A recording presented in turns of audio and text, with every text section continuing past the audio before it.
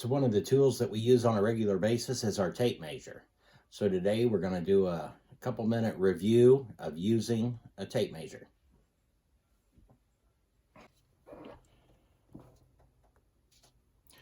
Okay, we're going to take a look at the Stanley 25-foot standard tape measure. This is in standard measure, not metric. So when we look at the tape measure, first thing we're going to do is pull the tape out, and then I want to take a notice of the hook at the end. We want to notice a couple things about the hook. First, the hook should move back and forth. Why does the hook move back and forth? The reason it moves is if we were to do an inside measurement, or we were to hook the hook over something and get a measurement, those measurements would be accurate. This hook should move the thickness of the hook. The other thing we want to look at is if the hook is bent. A lot of times with tape measures, what happens is it gets dropped and the hook gets bent. When the hook gets bent, we don't get accurate measurements. So when we pull this tape out, we see that we have marks on the tape broke up in fractions of an inch, feet. So when we go through here and look at this, we'll notice a few things. We have black numbers identifying the inches, marks between the inches identifying the fractions of an inch. This tape measure is divided up into 16ths of an inch. If we were to count, we would end up with 15/16 as the last mark before the next inch. 16/16 is an inch when we reduce it down. We then see we have feet marked on our tape measure. Once we come past the foot mark, we notice we start getting red numbers and black numbers. The red numbers identify inches after a foot. So here we would have 1 foot 3 inches, or we read it in inches at 15 inches. Next, we notice we have some numbers in red squares.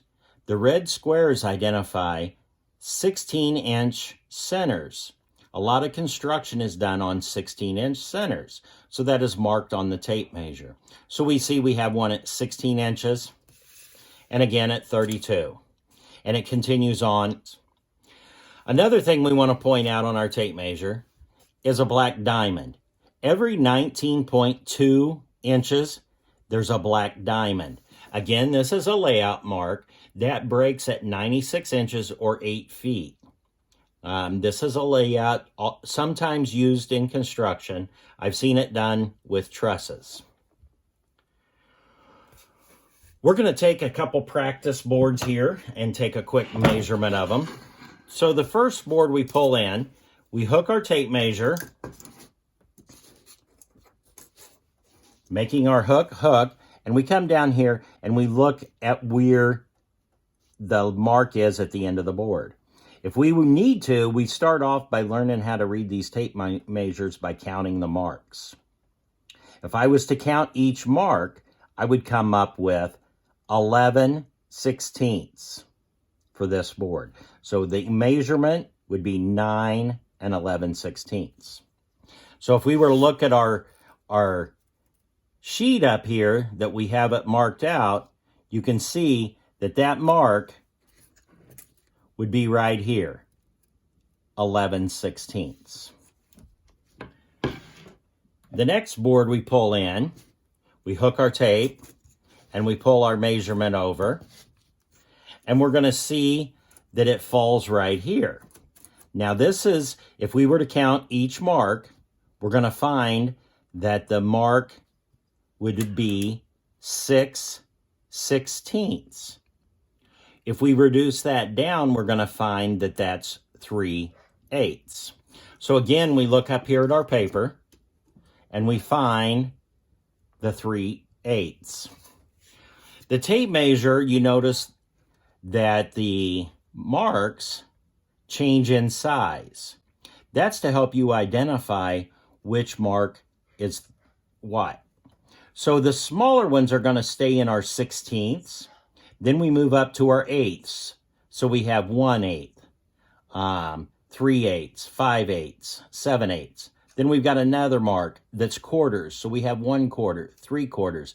And then the big mark in the middle will be our 1/2 inch mark. So as we work with the tape measure, hopefully this gets easier for us to read these marks. I will tell you, they do make tape measures that they put this information on the blade of the tape measure.